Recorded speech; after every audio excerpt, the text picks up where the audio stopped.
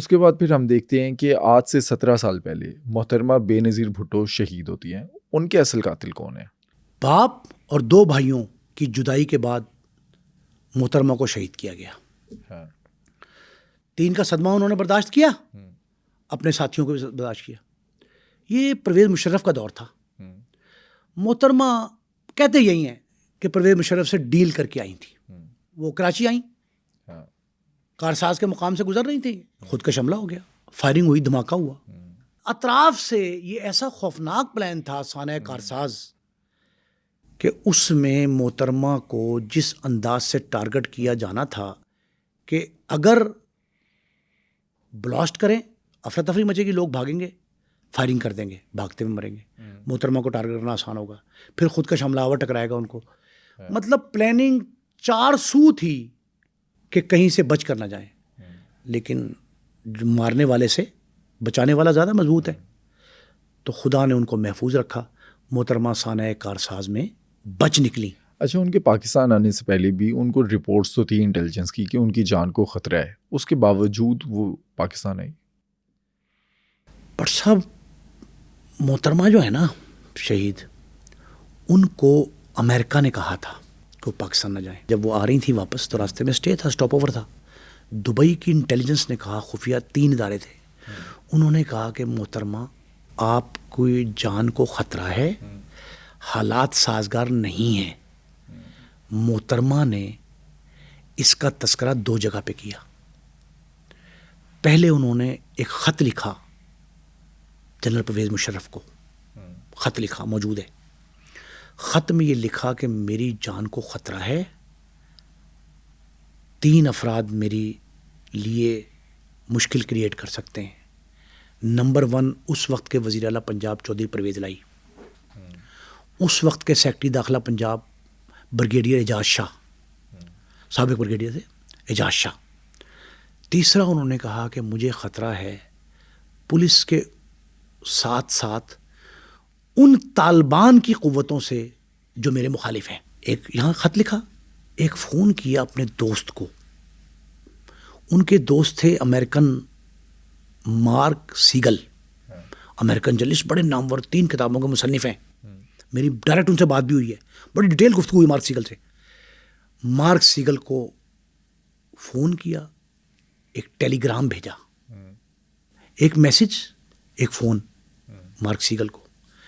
پھر انہوں نے رحمان ملک کو اپنی سیکیورٹی کا انچارج بنایا, میجر ریٹائرڈ امتیاز اور رحمان ملک کو. نمبر 1 رحمان ملک کیونکہ وہ منسلک تھے اداروں سے, اور نمبر 2 میجر امتیاز, ان کو انچارج بنایا. اور ان سے کہا کہ جی تمام تر خطرات کے باوجود میں پاکستان آ رہی ہوں, میرا وطن ہے, میرے باپ کو یہاں پھانسی دی گئی, میرے جتنے افراد تعلق دار جتنے ہیں ان پہ عرصہ حیات تنگ کیا گیا, اس کے باوجود میں پاکستان آنے سے نہیں رک سکتی. وہ پاکستان آتی ہیں. پاکستان جب وہ آتی ہیں تو ان کو کراچی میں سانحہ کارساز میں نے آپ کو بتا دیا, پنڈی میں خطاب کرنا تھا لیاقت باغ میں. کارکنوں کا ایک جمع غفیر تھا, ہم نے دیکھا اپنی آنکھوں سے. اس میں وہ جاتی ہیں, خطاب کر کے واپس نکلتی ہیں. خطاب اسی مقام پہ کیا جہاں نوابزادہ لیاقت علی خان نے خطاب کیا تھا, اور سٹیج وہی ہے, اور جہاں وہ سید اکبر کی گولی کا نشانہ بنے تھے. پر سب یہ وہاں خطاب کر کے باہر نکلتی ہیں, اپنی گاڑی میں بیٹھتی ہیں. گاڑی میں بیٹھ کے یہ باہر نکلتی ہیں تو ہزاروں کی تعداد میں لوگ باغ سے باہر, یعنی جو پارک ہے باغ, اس سے باہر موجود ہوتے ہیں. تو گاڑی کے سن روف سے باہر کھڑی ہو کے ان کو ویو کرتی ہیں. جب ویو کر رہی ہوتی ہیں تو ان کے رائٹ سائڈ سے, دانے ہاتھ سے, ایک شخص, اس کی ٹی وی فوٹیج ہے اس کی, وہ فائر کرتا ہے. سب سے اہم بات اس موقع پہ, وہ جو نشانہ باز ہے وہ کسی تربیت یافتہ شخص ہی کے ہاتھ میں ہوتا ہے, پسٹل تب کر سکتا ہے. اتنا وہ خوفناک فائرر تھا کہ اس نے نشانہ لے کے ان کو سر کو نشانہ کیا. پھر فائرنگ بھی ہوئی, پھر بلاسٹ بھی ہوا, سارا کچھ وہاں بھی وہی ہوا, اسی طرف ہے. اور جس طرح سانحہ کارساز میں ہوتا اسی انداز کو دہرایا گیا یہاں. اور محترمہ وہاں گولی لگتی ہے, ان کو فوری طور پہ قریب اسپتال میں لے کے جاتے ہیں. اب اس میں 4-5 سوالات اٹھے. میں نے آپ سے کہا کہ میری ہر سال کوشش ہوتی ہے کوئی نئی چیز بتاؤں. اس میں سب سے پہلا معاملہ یہ ہوا کہ محترمہ لیاقت علی خان کا جنہوں نے کیا تھا نا, ڈاکٹر جمعہ خان, ان کے فرزند مصدق خان, وہ کہتے پوسٹ مارٹم نہیں ہوا. 2 باتیں ابہام پیدا ہوئی کہ ایک پوسٹ مارٹم نہیں ہوا, ایک فوری طور پہ وہ جگہ دھلوا دی گئی, لیاقت باغ چوک والا مری روڈ جو ہے وہ دھلوا دی گئی جہاں وہ شہید ہوئیں. یہ 2 باتیں بہت ابہام پیدا کر گئیں اس کیس میں. وہ کہتے ہیں پوسٹ مارٹم نہیں ہوا. اچھا, لیکن کچھ خبریں ایسی بھی ہیں کہ پوسٹ مارٹم ہوا تھا, پوسٹ مارٹم ہوا, ڈاکٹر نے کیا تھا. پوسٹ مارٹم ہوا تھا. 2 طرح کی رپورٹ ہوتی ہیں, ایک اینٹی مارٹم, ایک پوسٹ مارٹم. اینٹی مارٹم وہ جو حالات مرنے سے پہلے کے ہیں, ٹھیک ہے. پوسٹ مارٹم وہ کہ مرنے کے بعد جو ہے نا ان کی موت جب واقع ہوتی ہے تو کیا وجہ موت کیا بنی, کس طرح ہوا. یہ دونوں رپورٹس موجود ہیں, یہ آئیں. پھر یہ کہا گیا کہ شہادتیں ختم کر دی گئیں جگہ دھو کے. کہتے ہیں کہ گاڑی کا جو لیور تھا اس کے لگنے سے موت ہوئی یا پھر گولی لگنے سے موت ہوتی ہے. بٹ صاحب یہ پہلے ابہام کریٹ کیا گیا کہ سوال اٹھایا گیا کہ محترمہ کو کس نے کہا کہ وہ باہر آئیں, سن روف سے باہر آئیں, کس نے فورس کیا. فورس کیا. بٹ صاحب ایک بڑی اہم بات یہ ہے کہ محترمہ کا جو سانحہ ہے نا یہ بہت المناک ہے, لیکن کئی سوالیہ نشان اب تک برقرار ہیں. گاڑی کے بارے میں سمجھیں کہ ٹوئٹا کمپنی کی تیار کردہ یہ گاڑی بلیٹ پروف نہیں, بم پروف, لیکن آلٹریشن ہے اس میں. اچھا, اب یہ میری تحقیقات ہیں, دوران سماعت کیس کی سماعت ہو رہی تھی, میں پنڈی میں تحقیق کی. وہ گاڑی اب بھی اڈیالہ جیل کے ایک ویرانے میں لاوارث کھڑی ہے. اس گاڑی کا جو سن روف ہے اس کا نام ہے کمپولا. پاکستان میں آ کے آلٹریشن ہوئی. وہ سن روف نہیں رکھتے بم پروف میں, ٹوئٹا کمپنی والے سن روف نہیں رکھتے, لیکن چونکہ یہ ایک لیڈر کے لیے تیار کی گئی تھی اور پرپزلی تیار کی گئی تھی کہ یہ جو ہے یہ اس میں انہوں نے کھڑے ہو کے لیڈر نے ویو کرنا ہے, تقریر کرنی ہے, کہیں رکنا ہے, جو بھی ہے.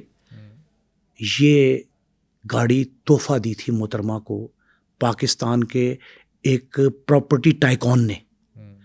کمپولا میں ایک جو اینگل آئرن ہوتا ہے, اینگل آئرن وہ, اور 4 لیور اندر سے باہر سے نہیں, 4 لیور اور ایک, میں نے بڑے غور سے دیکھا سارا. لیکن جس ماہر سے میں نے یہ پوچھا کہ کیا یہ محترمہ 4 لیور لگے کھول سکتی ہیں, انہوں نے کہا گاڑی کے اندر سے اسے کم از کم 2 یا اس سے زائد افراد پورے طرح کھولیں گے تب کھلے گا.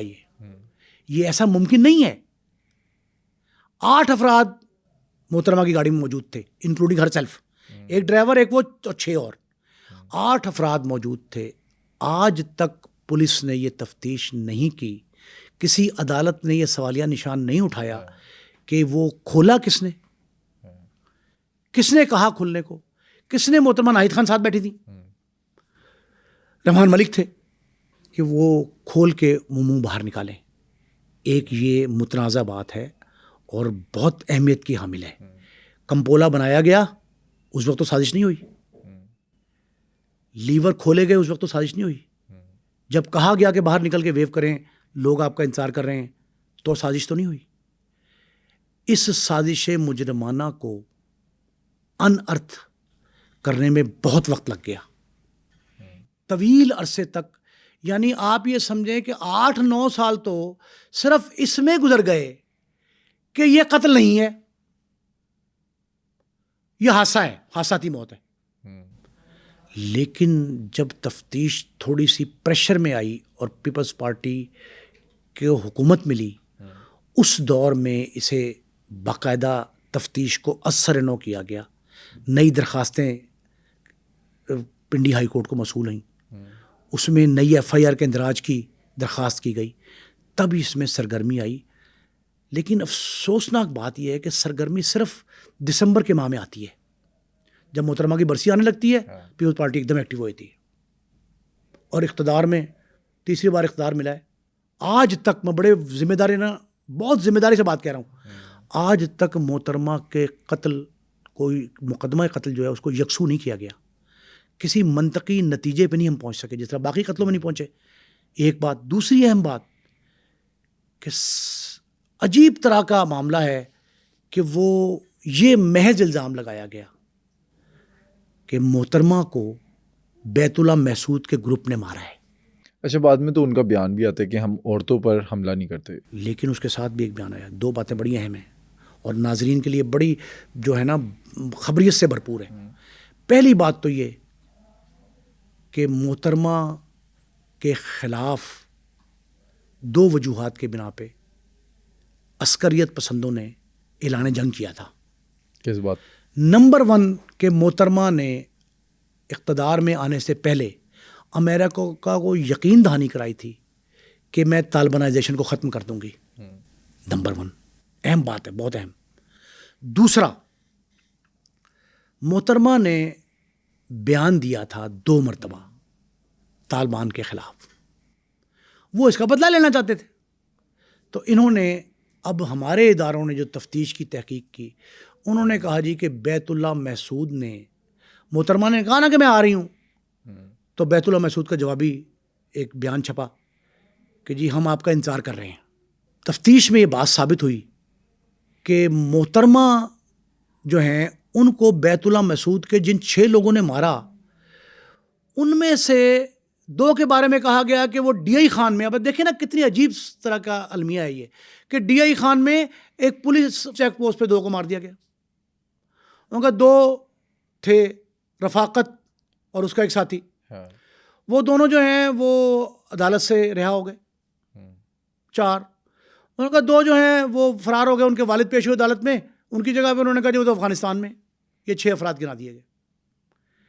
لیکن جب شور مچاتی ہے پیپلز پارٹی اپنے دوسرے اقتدار میں آ کے، تو یہ زرداری صاحب صدر بنتے ہیں، تو یہ کہا جاتا ہے کہ اس مقدمے کی تفتیش اثر نو ہوگی اور اقوام متحدہ کی ایک پارٹی جو ہے وہ آ کے اس سلسلے میں تفتیش کرے گی اور ہر ایک کو آن بورڈ لے گی.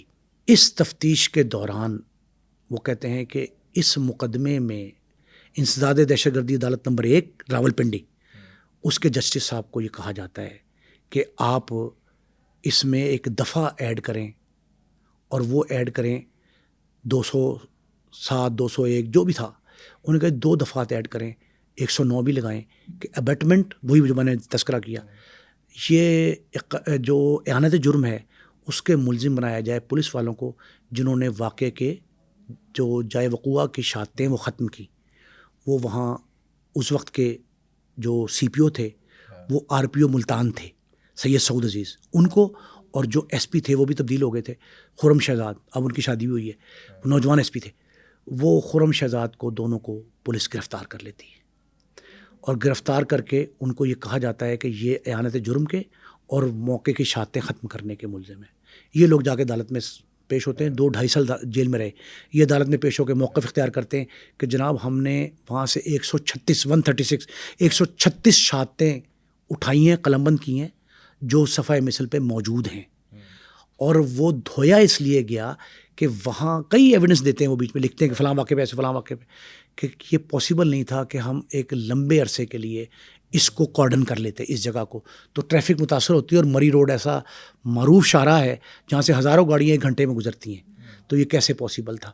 بے نظیر بھٹو کے مقدمہ قتل میں اب پی ٹی آئی میں آ گئے، سابق گورنر پنجاب، بہت معروف ممتاز قانون دان ہے سردار لطیف کھوسا، اب وزیر قانون جو ہیں اس وقت آج کل اعظم نذیر تارڑ، وہ پیش ہوتے رہے، اور کئی وکیل پیش ہوئے معروف قانون دان.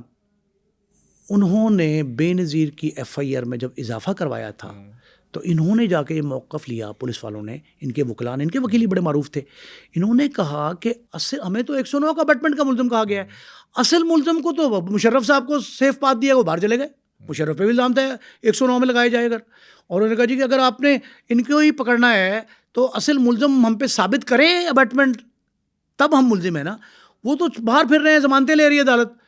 اسی بنیاد پہ ان کو جو ہے نا وہ ضمانتوں پہ رہا کر دیا گیا، اور اب وہ ریٹائر ہو گئے. تو ایک تو ہیں سروس میں خرم شہزاد، سید سعود عزیز صاحب ریٹائر ہو گئے، وہ ایڈیشنل ڈی جی رہے FIA کے, وہ ایڈیشنل IG رہے, وہ ریٹائر ہوئے اب. لیکن اس کے جو تفتیش ہوئی نا, آپ نے پوچھا تھا کہ جی جو غیر ملکی ایجنسیوں نے کہا تھا, یہی گروہ جس نے محترمہ بے نظیر بھٹو کو سو کالڈ مبینہ طور پہ ٹارگٹ کیا, انہوں نے پاکستان مسلم لیگ عوامی جو ہے اس کے سربراہ شیخ رشید, پارلیمنٹرین بڑے معروف, ہر دور میں رہے, جیتتے رہے, لاہور ویلی والے, ان کو بھی ٹارگٹ کرنے کا منصوبہ بنایا تھا شیخ رشید کو اسی ٹائم پہ, اسی وقت. تو یہ پوچھا میں نے ایک اعلیٰ پولیس افسر سے, تو شیخ رشید پہ حملہ کیوں نہیں کیا بھائی, پنڈی میں وہ بھی تھے. انہوں نے کہا اس لیے حملہ نہیں کیا کہ وہ محتاط رہے, انہوں نے اپنی حفاظت خود کی, محترمہ نے غیر محتاط انداز میں ویو کیا.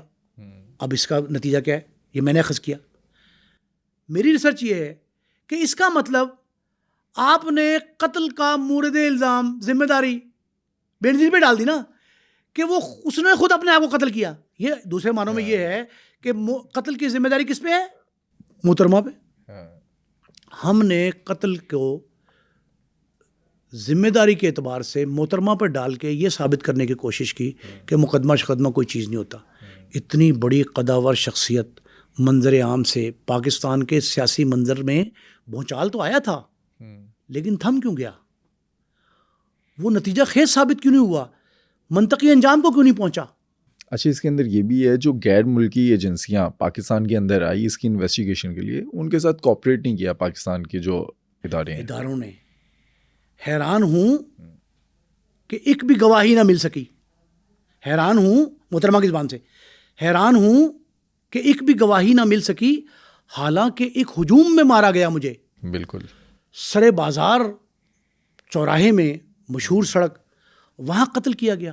لیکن وہ جو کلیم عاجز صاحب بھارت کے ابھی 2-3 سال پہلے فوت ہوئے بیچارے, بڑے معروف شاعر تھے, وہ کہتے ہیں کہ دامن پر کوئی چھینٹ نہ خنجر پہ کوئی داغ. بڑا معروف شعر ہے ان کا کلیم عاجز کا, دامن پہ کوئی چھینٹ نہ خنجر پہ کوئی داغ, تم قتل کرو ہو کہ کرامات کرو ہو. لگتا تو یہ ہے کہ یہ قتل نہیں ہوئی محترمہ, یہ کرامت دکھائی ہے کسی نے, اور جس نے کرامت دکھائی, جو صاحب کرامت یا صاحبان کرامت ہیں, ان پہ قانون حرکت میں کیوں نہیں آ رہا. مجھے تو دکھ اس بات کا ہے کہ بھائی ایک بھرے مجمع میں مارا گیا اس کو, 17 سال ہو گئے ہیں شہید ہوئے, 17 سال شہید ہوئے ہو گئے.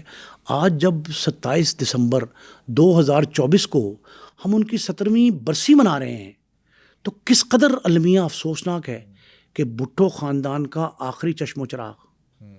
بھٹو خاندان تو ختم ہو گیا نا, اب تو لیگیسی زرداری صاحب کی ماشاءاللہ آ رہی. ذوالفقار علی بھٹو کے خاندان کے آخری فرد کو جس بھیانک انداز میں اس سیاسی منظرنامے سے غائب کیا گیا, ہٹایا گیا, اور جو طریقہ اپنایا گیا, اس کے بعد تو آپ اس کا خون بھی, اچھا محترمہ کی قبر کی مٹی جو ہے نا وہ بھی خشک نہیں ہونے پائی تھی کہ اسے حادثہ کہہ دیا گیا, بغیر تفتیش کے, بغیر تحقیق کے. جب ویڈیو سامنے آ گئی ایک بندہ فائر کر رہا ہے, جب یہ پتہ لگ گیا کہ بم بلاسٹ بھی ہوا. اچھا, جو بندہ فائر کر رہا تھا اسی نے خود کو اڑایا, بلال نام تھا اس کا. بلال نام تھا. مجھے آپ کوئی ایسی لاش دکھائیں جو بلال کی ہو, اس نے کہاں اڑایا وہ دکھائیں, اس کے گھر سے لاشا اٹھتا دکھائیں. بلال نامی شخص کی ہلاکت کی کوئی رپورٹ کہیں کسی جگہ, اس پہ عدالت میں کوئی ڈسکشن نہیں کی انہوں نے. اگر ہوتی یہ بات تو ڈیفنس کے وکلا یہ پیش کرتے نا, کہیں ایسا نہیں ہے.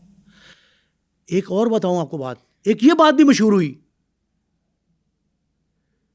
کہ لاہور کی کیمپ جیل میں 2 ایسے مجرموں کو پھانسی دی گئی جو بے نظیر کے قتل میں ملوث تھے. یہ کہا گیا ایک دور میں, میڈیا کی زینت بنا. میں پیچھے لگا رہا, بار بار میں نے دیکھا, کھوج لگایا کہ کہیں یہ پتہ لگ جائے وہ 2 لوگ کون تھے. میں یہ بھی تلاش کر رہا ہوں کہ جو لوگ قانون نافذ کرنے والے اداروں کے ناکے پہ قتل ہوئے ڈیرہ اسماعیل خان میں, وہ کہاں گئے, کون تھے. بٹ صاحب یہ کئی مفروضے ایسے گھڑے گئے کہ قتل کو چھپایا جا سکے. آج تک اس اندوہناک ہلاکت پہ, محترمہ کی شہادت پہ اس وقت بھی پر اسراریت کی دبیز طے چھائی ہوئی ہے, لیکن کئی گتھیاں سلجھ سکتی ہیں. تھوڑی سی محنت کی جائے, غیر جانبدارانہ تفتیش کروائی جائے. محترمہ کا قتل کوئی نعوذ باللہ کوئی مرغی ذبح کی گئی تھی. آپ اتنی بڑی قداور شخصیت کے قتل کو اتنا لائٹلی لے رہے ہیں. کئی ایسے انکشاف ہوئے ہیں جن سے پردہ اٹھانا اس لیے ضروری ہے کہ آپ نے کہا جی علاقہ غیر کے دہشت گرد, ٹھیک ہے, یہ کہا نا علاقہ غیر کے دہشت گرد. بھئی علاقہ غیر تو زرداری صاحب نے اپنے قلم سے سیٹل ایریا میں شامل کر دیا. وہاں تو FCR ختم ہو گیا, کالا قانون ختم ہو گیا نا. اب تو مرج ڈسٹرکٹ ہیں وہ, تو اب وہاں آپریشن کروا کے اس کا پتہ لگوایا جائے.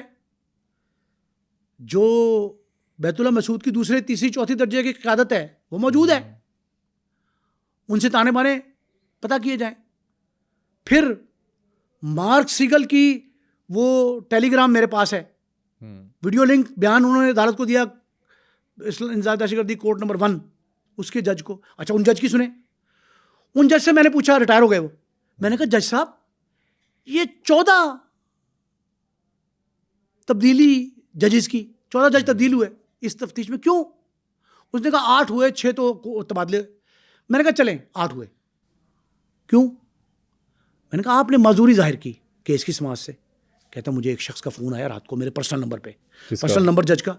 اس نے کہا میں علاقہ غیر سے بول رہا ہوں, فلاں شخص ہوں, مجھے یہ معلوم ہے کہ آپ کی بیگم پروفیسر ہیں, پڑھاتی ہیں, اور وہ اتنے بج کے اتنے بجے گھر پہ نکلتی ہیں, بچوں کو رستے میں فلاں اسکول میں چھوڑتی ہیں, اتنے بجے گھر سے واپس آتی ہیں, اور آپ گھر سے اتنے بجے نکلتے ہیں, فلاں گارڈ آپ کے ساتھ ہوتا ہے, فلاں ڈرائیور ہوتا ہے, گاڑی کا نمبر یہ ہے. وہ کہتے ہیں کہ جب انہوں نے بالکل مصدقہ اطلاعات تمام کی تمام میرے گھر کی مجھے دی, تو آپ بتائیں کہ میں معذوری ظاہر کروں نہ کروں. بھائی جس کیس کی بڑے کیس کی سماعت کے جج کو تحفظ حاصل نہیں ہے اور وہ خوف و خطر کا شکار ہے, وہاں آپ اس سے انصاف کی توقع کیا کرتے ہیں؟ یہ وہ بدقسمتانہ المیے ہیں جن کی اثر نو کسی ایسے مقام پہ تفتیش کی جائے جہاں چڑیا بھی پر نہ مار سکے, اور ان کو ججز حضرات کو تحفظ بھی فراہم کیا جائے. کیس کی فائل آپ کو پتہ ہے کہ منوں کاغذ جمع ہو گئے کیس کی فائل, میں نے دیکھا, خود گو تھرو کیا, سارا منوں کاغذ جمع ہیں.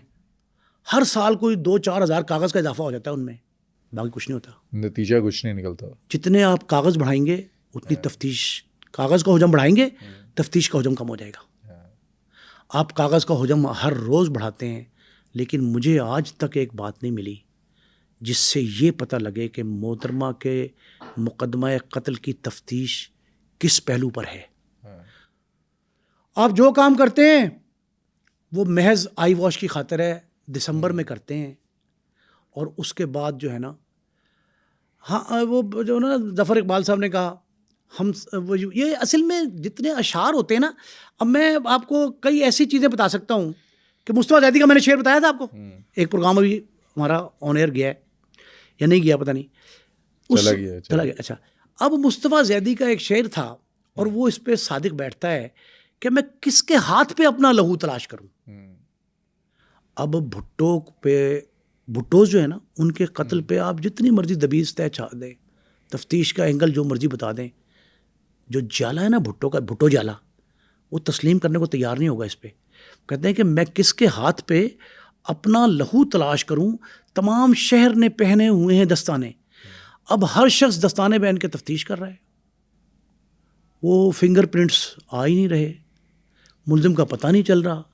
ایسی صورتحال میں ہمیں کچھ نہ کچھ ایسا ضرور کرنا چاہیے کہ بھٹوز کے قتل کے, پھانسی کے تمام واقعات کو یکجا کر کے اور ان کی اثر نو تفتیش تحقیقات ایسے افسروں سے کرائی جائے وہ جو سیاست سے بالا طاق ہوں, مفاد سے بالا طاق ہوں, کسی قسم کے جبر سے استبداد سے دور ہوں, مبرہ ہوں, اور سب سے بڑھ کے یہ کہ ان کا کسی قسم کا کوئی سیاسی تعلق نہ ہو, کسی کے ساتھ بریکٹ نہ ہو, کسی سے مرعوب نہ ہوں. پھر وہ جو رزلٹ دیں اس کے مطابق ایک بار ضرور جو ہے نا وہ سبق بنایا جائے, لیسن ہونا چاہیے سب کے لیے کہ آئندہ کوئی ذوالفقار علی بھٹو پھانسی نہ چڑھے, میر مرتضیٰ بھٹو، میر شاہنواز بھٹو، بے نظیر بھٹو قتل نہ کی جائیں، اور ان کی شہادتیں، اچھا جن لوگوں نے دانستہ شہادت چھپائی وہ بھی قصوروار قرار دیے جائیں، تب پاکستان میں سیاسی قتلوں کی تاریخ کے آگے بند باندھا جا سکے گا.